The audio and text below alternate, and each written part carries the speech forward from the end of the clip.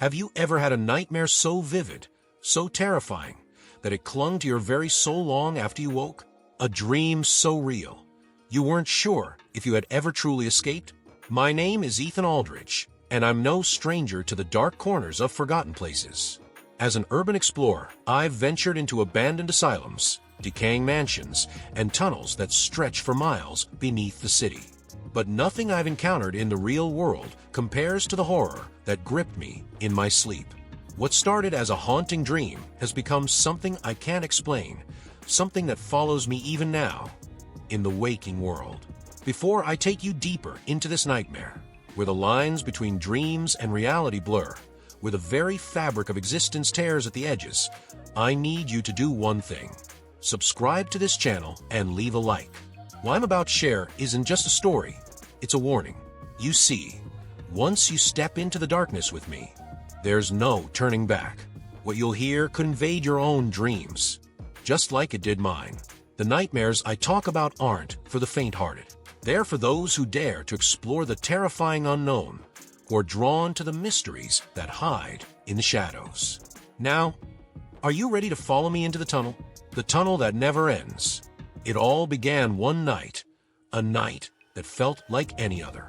I fell asleep quickly, but what awaited me was no ordinary dream. In an instant, I found myself standing in a place I had never seen before, an endless tunnel, stretching far beyond what the eye could see. The walls were made of ancient stone, damp and cold, as if they had never felt the warmth of sunlight. The air was thick, suffocating, and carried the pungent stench of wet earth and something else, something metallic, like the faint smell of blood. With every breath I took, the scent filled my lungs, making it impossible to shake the unease creeping through my veins. There was no light source, yet I could see everything around me with a dull, unnatural clarity. In the distance, a faint drip echoed, like water slowly seeping through cracks in walls, but it didn't sound right. It was too steady, too rhythmic, as if something was lurking deeper within the tunnel, waiting. My footsteps made a squelching noise as they pressed into the ground, a slick, slimy texture that clung to my shoes, like the earth itself was alive, pulling me in with every step. A feeling of déjà vu overwhelmed me. I knew I had never been here before, yet it felt as though this place had been calling to me, drawing me in for years, maybe lifetimes. As I moved deeper, the tunnel seemed to change, subtly at first. Shadows flickered in the corners of my vision, but when I turned to look, there was nothing there. The walls seemed to pulse, as though the tunnel was breathing, alive, in its own terrifying way. The sound of my heart pounding in my ears grew louder, nearly drowning out the steady drip, drip, drip that echoed from somewhere further down. With every step I took, I felt a presence, something watching me, something just out of sight, lurking in the darkness that pressed in around me. My skin prickled with fear, my instincts screaming at me to turn back. But I couldn't. The tunnel had a pull, a force that kept me moving forward, even as every fiber of my being begged me to run. And then I saw it. At the far end of the tunnel, a door. It was old, wooden, and barely hanging on its rusty hinges. A faint, flickering light shone from the cracks around it, casting long, twisted shadows on the walls. The air grew colder as I approached, my breath visible in the dim light. I didn't want to go any closer, but some force, urged me forward. My hand trembled as I reached for the door, the wood cold and damp beneath my fingertips. As I pushed it open, a sound low and guttural rumbled through the tunnel, like the growl of something ancient, something hungry. What I found on the other side wasn't just the continuation of a nightmare. It was the beginning of a waking terror that would soon consume my reality. As I stepped through the door, a cold wave of dread washed over me. The tunnel behind me seemed to disappear, swallowed by the darkness, leaving me stranded in what felt like a different world. The room I entered was vast, much larger than I could have imagined from the outside, with ceilings so high they vanished into shadow. The walls were made of the same damp stone, but now they were lined with strange symbols, ancient and worn, as if carved by hands that hadn't touched them in centuries. The air felt even heavier here, thick with a suffocating sense of being trapped, like the walls were closing in, watching, waiting. As I took my first step, I heard a faint shuffling sound. I spun around, but there was nothing, just the stillness of the room, the oppressive silence broken only by my own breathing. Yet I couldn't shake the feeling that something was watching me, hidden just beyond the edge of the dim light. My eyes were drawn to the corners of the room, where the shadows twisted and moved, almost alive. The light flickered, casting distorted shapes on the walls, making it impossible to tell if what I was seeing was real or just the product of my own rising terror. The smell of decay filled the room, stronger now, as if something rotting was just out of sight. And then, the objects began to move. At first, it was subtle. A book shifting on a shelf, a chair scraping against the floor. But the movements grew more pronounced, as though the room itself was reacting to my presence. I watched in horror as the shadows seemed to stretch and warp, creeping across the floor like black tendrils reaching for me. I took a step back, my heart pounding in my chest, but there was no escape. The room felt alive, pulsating with a dark energy that wrapped around me, tightening with every breath. Then I saw it, a figure just on the edge of my vision, standing in the far corner of the room. Its silhouette was tall, impossibly thin, with arms that seemed to stretch unnaturally long. Its face was obscured by shadow, but I could feel its eyes, cold, dead, and locked on me. I blinked, and the figure was gone, swallowed by the darkness once more. But the room had changed. The walls seemed to be closing in, the light flickering more violently, casting grotesque shapes on the walls that resembled faces twisted in agony. I could feel them staring at me, accusing, waiting for something. Driven by a desperate need to escape, I stumbled toward a door at the far end of the room. My footsteps were loud, echoing unnaturally in the silence, each step feeling like a hammer to my chest. But just as I reached for the door, a cold breeze swept through the room, carrying with it the unmistakable sound of whispering. Low, guttural voices, speaking in a language I couldn't understand, but their tone, filled with malice and hunger, was unmistakable. My hand hovered over the doorknob, frozen in fear. The whispers grew louder, closer, surrounding me from all sides. They weren't just in my head, they were real as the icy chill creeping down my spine. Finally, I pushed the door open, and a wave of nausea hit me as I stepped into a long corridor, the same stone tunnel I had seen before, but this time there was no mistaking the sense of dread that permeated the air. The walls seemed to close in on me as I walked, the ground beneath my feet slick and unsteady. In the distance, I saw it again, the figure from the room, standing at the end of the tunnel, motionless. This time, I didn't blink. I stared at it, my pulse racing, trying to make sense of what was happening. But before I could react, the figure vanished into the darkness again, leaving me alone in a nightmare that had only just begun. At the end of the tunnel, I found myself standing in front of another door. This one was different from the others, older, its wood rotting and covered in strange markings that seemed to pulse with a faint, sickly light. My hand trembled as I reached for the handle, and the moment my fingers touched the cold metal, a deep, echoing growl resonated from behind the door, sending a shock of terror down my spine. My heart pounded in my chest, every instinct screaming at me to turn back, but I couldn't. Something was pulling me forward, like invisible hands guiding me to face whatever horror awaited on the other side. When the door creaked open, the air that hit me was colder than ice. The room beyond was vast and empty, with walls that seemed to stretch endlessly into the void. But what drew my attention wasn't the size of the room, it was the figure standing at its center. At first glance, it looked human, but as I stepped closer, the truth became horrifyingly clear. It was a grotesque mockery of a person, its body twisted and elongated in unnatural ways. Its skin was pale, almost translucent, and its eyes, those eyes, were two hollow, black voids, staring straight at me. The figure didn't move, but I could feel its gaze penetrate deep into my soul. A chill spread through my body, as if the very essence of this creature was draining the warmth and life from the air around it. I wanted to scream, to run, but my body refused to obey. I was frozen, trapped in place by an overwhelming sense of dread. Then, without warning, the figure began to change. Its body twisted and contorted further, the limbs elongating to impossible lengths, the hollow voids where its eyes should have been growing darker, deeper, as if they were swallowing the light around us. Suddenly, the figure was in front of me, though I hadn't seen it move. It stood mere inches away, its cold breath brushing against my face, filling the air with the stench of decay. I tried to scream again, but no sound came out. My throat locked in sheer terror.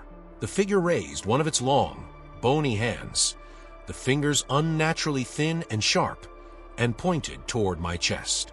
My heart raced, pounding so hard it felt like it might explode. I wanted to look away, but I couldn't tear my eyes from those empty, endless voids. In a desperate attempt to break free, I squeezed my eyes shut. But instead of darkness, I was assaulted by a barrage of images, visions of the tunnel, of the figure, of something much worse lurking just out of sight. I saw myself running through the tunnel, but no matter how fast I ran, the walls seemed to stretch endlessly. The figure was always just behind me, never touching, but always there, like a shadow that I could never escape. I felt its presence, cold and unrelenting, its whispers crawling into my mind, filling my thoughts with fear and doubt. When I opened my eyes again, I was no longer in the tunnel. I was back in my room, drenched in sweat, my heart still racing, as if I had just escaped death. But something was wrong. The room felt different, colder. I glanced at the clock. It was 3:33 a.m., the same time I had seen in the dream. And then I heard it, the same echoing drip from the tunnel, faint but unmistakable, coming from somewhere inside my room. My breath hitched as I turned my head slowly toward the corner, and there, in the shadows, I saw it, the figure watching, waiting. The terror that gripped me was unlike anything I had ever felt. This wasn't just a nightmare. Somehow, the figure had followed me back into the waking world. Its presence lingered, a suffocating weight pressing down on me, filling the room with a cold, unnatural energy. I wanted to believe it wasn't real, that my mind was playing tricks on me after such a vivid dream. But deep down I knew the truth. The nightmare hadn't ended. It had only just begun, and whatever was waiting in the darkness wasn't going to let me escape so easily. The days that followed were consumed by a creeping dread I couldn't shake. That night's dream, it felt more like a warning than a mere nightmare. No matter how much I tried to convince myself it was just my mind playing tricks, the figure, the tunnel, the eerie sense of being watched, it all lingered, refusing to fade with the daylight. Every corner of my home felt darker, every sound more sinister, as if the dream had somehow bled into reality. And then I started noticing the dripping. Soft, subtle at first, but it was there, echoing through the walls, identical to the sound from the tunnel. I checked every faucet, every pipe, but there was nothing. The sound was coming from nowhere and everywhere at once. Unable to let it go, I turned to the internet, searching for anything that might explain what I'd experienced. At first, my search came up empty. Nothing about the place I'd seen in my dream seemed to exist. But as I dug deeper into obscure forums, I stumbled upon something unsettling. An old post from a forgotten corner of the web mentioned a hidden network of tunnels beneath the city, tunnels so ancient that even their existence was denied by the local government. The post talked about disappearances, strange occurrences, and people claiming to hear that same dripping sound I couldn't escape. My heart raced as I read through the stories. People like me, who had experienced dreams so vivid they couldn't tell if they were real or not. They had all been drawn to the tunnels, and none of them had ever been seen again. The deeper I went into the archives, the more I realized that these weren't just urban legends. There were reports, actual news clippings, detailing the strange disappearances of explorers, people who ventured too deep into the city's underbelly and never returned. The descriptions of the tunnels matched exactly what I had seen in my dream. cold, damp stone, the endless stretch of darkness, and the whisper of something lurking just out of sight. Then, I found something that sent chills down my spine. An old police report from decades ago. It detailed a missing persons case. A young man who had vanished after repeatedly mentioning vivid dreams about a tunnel and a figure watching him. His last known location was near the entrance to the underground tunnels. The case was never solved. But what terrified me the most was the sketch included in the report. The police had interviewed several witnesses who claimed to have seen the man just before he disappeared. Each described a symbol he had drawn over and over again on scraps of paper. It was the same symbol I had seen in my dream, the one carved into the walls of the tunnel, the one I couldn't stop seeing in my mind's eye. I couldn't believe what I was reading. Every detail, every horrifying aspect of my dream seemed to align with these real-world events. It wasn't just a nightmare. It was a warning, a message from something far beyond my understanding. I became obsessed. I needed to know more, to find out if what I had seen was truly connected to these lost souls. I reached out to locals, hoping to uncover more about the tunnels, but most people refused to talk. It was as if the mere mention of those underground passages carried a curse. Those who did speak of it only fueled my growing terror. They spoke of strange lights seen from beneath manhole covers late at night, of whispers that echoed up from the sewers, and of shadows that moved in places where no one should be. The final piece of the puzzle came from an old man who had lived in the city his entire life. He was reluctant to share what he knew, but after hearing my story, he finally relented.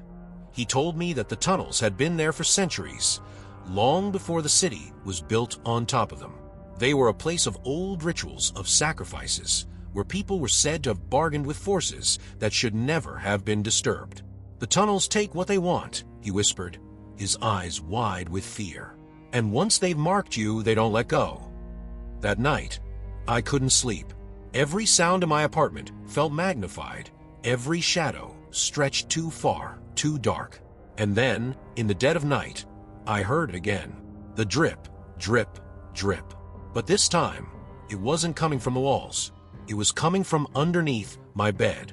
My pulse raced as I slowly lifted the covers, the weight of dread crushing me with every inch. There, in the darkness beneath the bed, I saw it. Just for a moment, the same hollow-eyed figure from the tunnel, staring back at me. I bolted upright, my heart pounding, but when I looked again, it was gone. The figure, the dripping, all vanished, but the fear remained. Whatever was happening, whatever connection I had to that tunnel, it wasn't finished with me. And somehow, deep down, I knew that what had begun as a dream was far from over. I couldn't ignore the signs any longer. The dreams had become too vivid, too intertwined with reality. Every time I closed my eyes, the tunnel pulled me deeper, the figure drawing nearer. It was as if the nightmare had claimed me, marking me as its own. I couldn't escape it. The cold whispers, the steady dripping sound, the feeling of eyes constantly watching. They were no longer confined to the night. I felt them in every waking moment, like a shadow lingering at the edge of my vision, a presence just out of sight, but always there. There was only one option left. I had to confront whatever it was that had latched onto me, and the only way to do that was to return to the tunnels. I had to find the entrance, the real one, the place where the dream began. It wasn't easy. The tunnels had long been sealed off, condemned by the city as unsafe, forgotten by most as a relic of the past. But I wasn't most people. I spent days searching through abandoned parts of the city, following the faintest clues from old maps and stories told by those who knew of the tunnels but refused to venture near them. Finally, after what felt like an eternity of dead ends and false leads, I found it, a rusted gate hidden behind thick overgrowth and rubble, barely visible unless you knew where to look. This was it. The place that had haunted my dreams was real, and it was right in front of me. As I pushed open the gate, the air that escaped was thick with the smell of rot and damp stone. It felt familiar, the same stench that clung to the tunnel in my dreams. The darkness beyond was absolute, swallowing everything past the threshold. My body was trembling with fear, but I couldn't turn back now. With a flashlight in hand, I stepped inside. The tunnel stretched endlessly before me, just as it had in the dream. The walls were slick with moisture, and the sound of dripping echoed in the distance, hauntingly familiar. Every step I took felt heavier, as if the tunnel itself resisted my presence, warning me to leave while I still could. But it was too late for warnings. I had to know what was waiting for me, lurking in the darkness. As I ventured deeper, the temperature dropped. My breath became visible in the beam of the flashlight, each exhale a misty cloud that seemed to disappear into the stone. The further I walked, the more the atmosphere changed. The air felt thicker, oppressive, like a weight pressing down on my chest. I could feel the walls closing in, the shadows moving in ways that defied logic. It was as if the tunnel was alive, breathing, waiting for the right moment to strike. Suddenly, I wasn't alone. Out of the shadows stepped a figure, a woman. Her name was Lisa, and like me, she had been drawn to the tunnels, haunted by dreams she couldn't explain.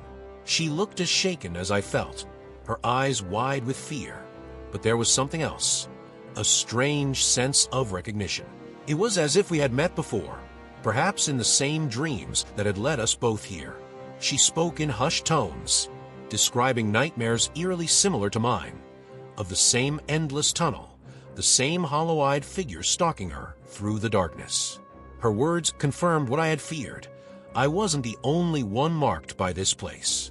Lisa had been searching for answers, just as I had, but she had found something more, a story buried deep within the history of the city. The tunnels weren't just a forgotten relic of a bygone era. They were a place of power, a place where old rituals had taken place, where people had vanished, never to be seen again. Those who entered the tunnel seeking answers often didn't return, or if they did, they were changed, haunted by something they couldn't explain. Lisa had found old journals, written by people who had experienced the same dreams, the same terrifying visions. But none of them had survived long enough to uncover the truth. As we ventured deeper, the tunnel seemed to shift around us. Objects from the past appeared in the shadows. Old lanterns, rusted tools, and tattered pieces of clothing, as if time itself had broken down in this place, trapping remnants of those who had come before. The walls, once solid and cold, now seemed to pulse with a faint, rhythmic beat, like the heart of some slumbering beast. My flashlight flickered, and in the brief moment of darkness, I felt it. The presence. Cold fingers brushed against the back of my neck, sending a jolt of terror through my body. I spun around, but there was nothing there. Nothing except the tunnel and the shadows that seemed to move on their own.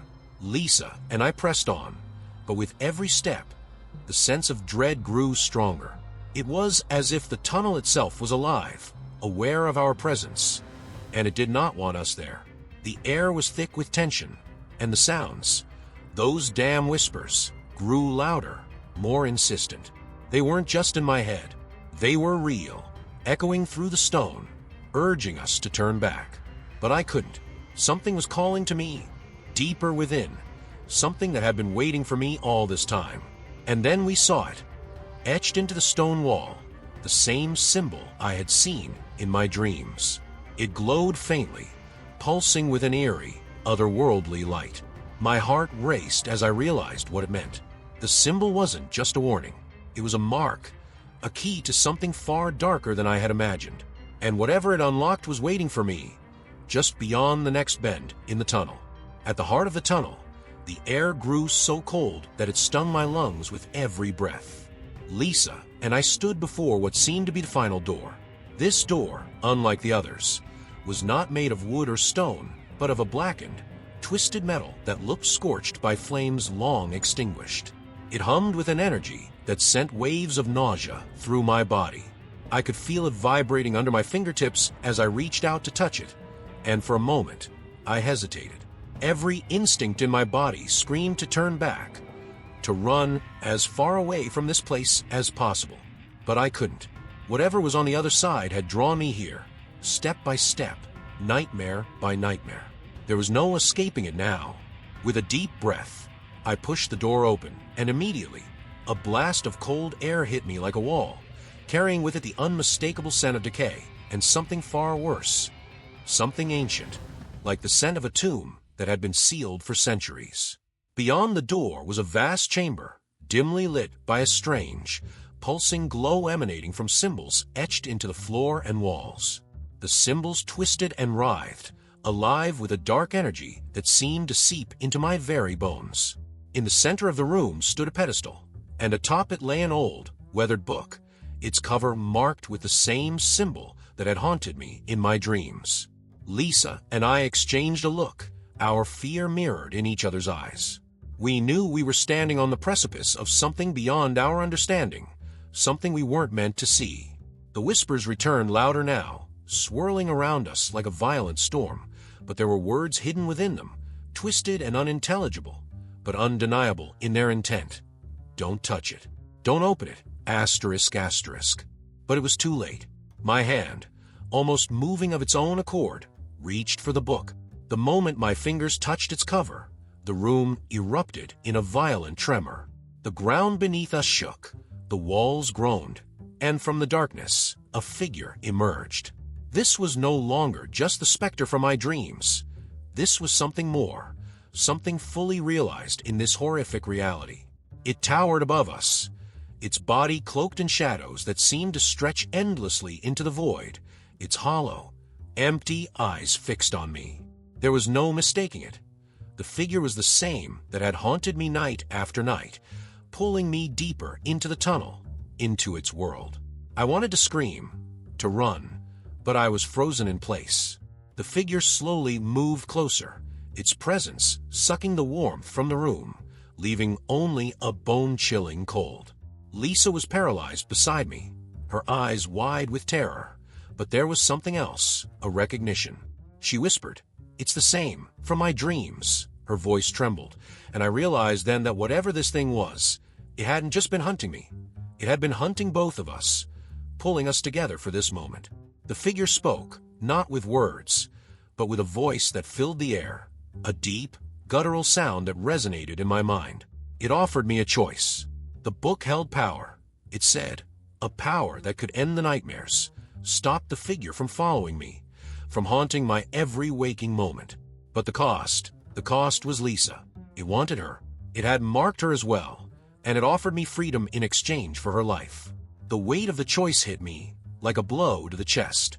I could feel my heart racing, my thoughts a chaotic storm of fear and confusion. Lisa looked at me, tears welling in her eyes, and I saw the realization dawn on her face. She knew what the figure wanted, and she knew the decision was mine to make. "Don't," she whispered, her voice barely audible over the roar of the whispers surrounding us. "Please." The figure loomed closer, its shadow wrapping around us, both like a suffocating blanket. The room seemed to shrink, the darkness closing in, and I felt the cold bite of its presence on my skin. The air grew heavier, making it difficult to breathe, as if the tunnel itself was alive, waiting for my decision. I was paralyzed, caught between terror and desperation. Could I sacrifice someone to end this nightmare, to save myself? But then I realized something. The figure wasn't offering me a choice. It was manipulating me, feeding on my fear, twisting my thoughts to make me believe I had control. The book, the offer, it was all part of its trap, designed to bind me to this place forever, just as it had done to so many others before. I could see it now, the faces of those who had come before us, their expressions frozen in terror, their bodies lost to the darkness. They were still here, trapped within the walls, just as Lisa and I would be if I made the wrong decision. Summoning what little courage I had left, I turned away from the book. "No," I whispered, barely able to speak through the crushing weight of fear. "I won't do it." The figure stopped, its form quivering with rage. The whispers became deafening, a chorus of anger and fury that threatened to tear the very air apart. For a moment, I thought I had made the wrong choice. The figure seemed to swell, its shadow engulfing the entire room, and I braced myself for the end. But then, just as suddenly as it had appeared, the figure began to dissolve, its form breaking apart into the same swirling shadows that had haunted me for so long. The room shook violently, the symbols on the walls flaring one last time before fading into darkness. And then it was over. The figure was gone, the whispers silenced. The book lay untouched on the pedestal, lifeless and forgotten. Lisa and I stood in stunned silence, the cold still clinging to our skin, but we were alive.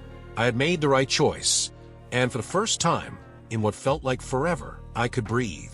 But as we turned to leave the tunnel, I couldn't shake the feeling that this wasn't the end.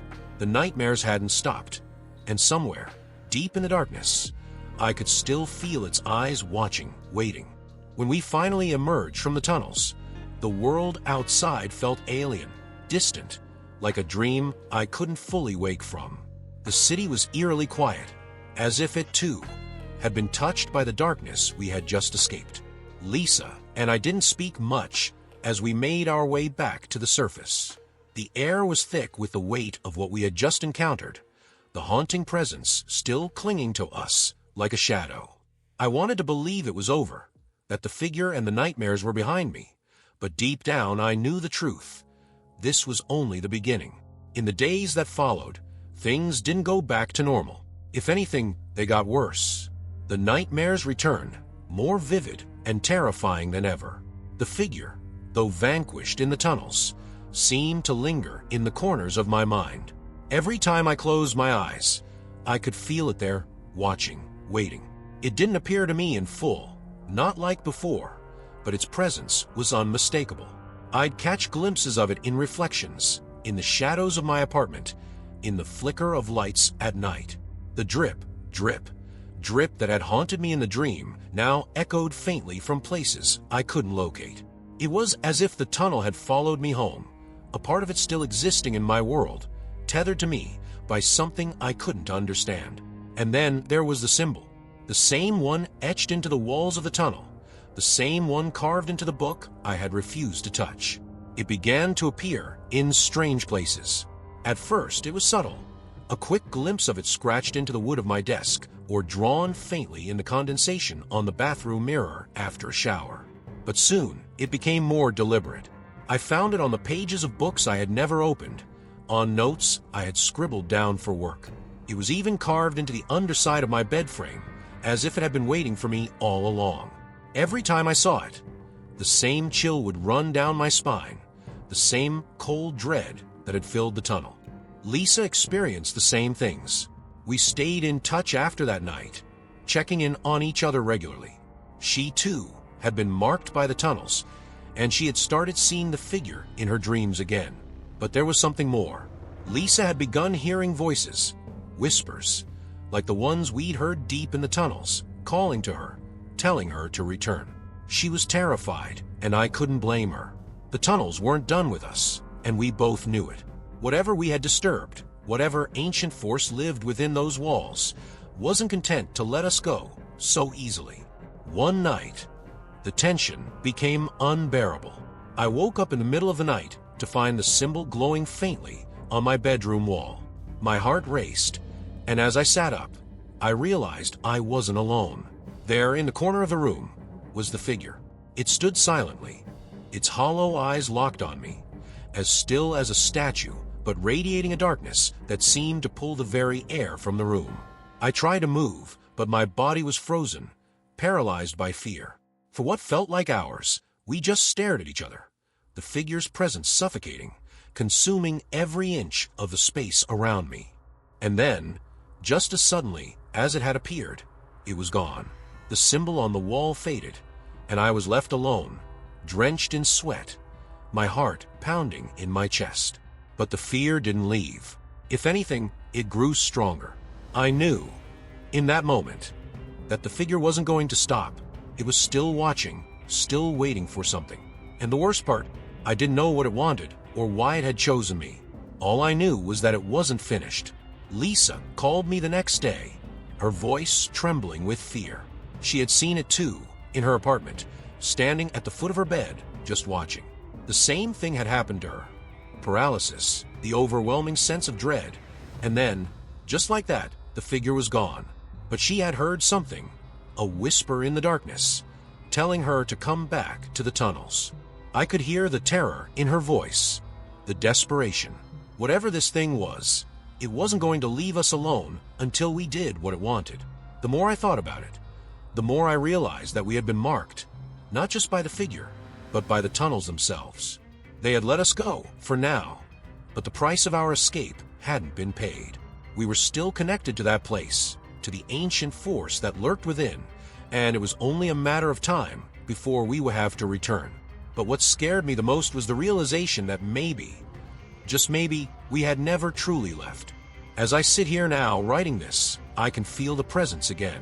It's closer than ever, lurking just beyond the edge of the light. The drip, drip, drip is back, echoing through my apartment like a distant heartbeat, steady and relentless.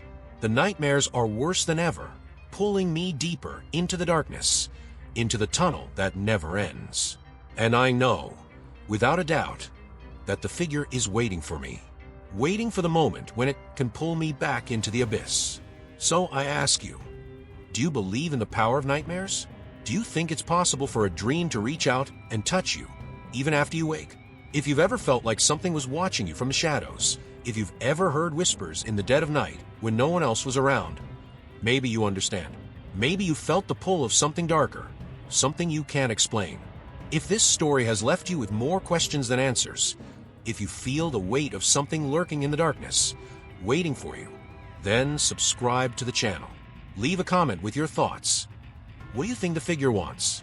And share this video with others, because the more people know about what's out there, the more prepared they'll be when the darkness finally comes for them. Sometimes, nightmares don't end when you wake up. Sometimes, they're just the beginning.